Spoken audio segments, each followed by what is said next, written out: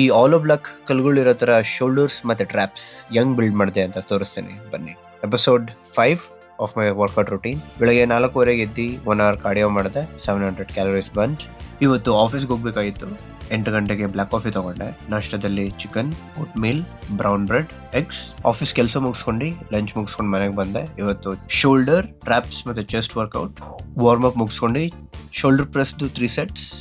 ಅದಾದ್ಮೇಲೆ ನಮ್ಮೆಲ್ಲರ favourite dumbbell lateral raises 3 sets, cable lateral raises 3 sets, left and right 2 ಕಡೆ. Cable front lateral raises, ಇದು shoulders front ಮತ್ತೆ middle shoulders target ಆಗುತ್ತೆ. Finally front deltoid cable raises 3 sets ಮುಗಿಸ್ಕೊಂಡು ನಮ್ shoulder workout ಮುಗೀತು.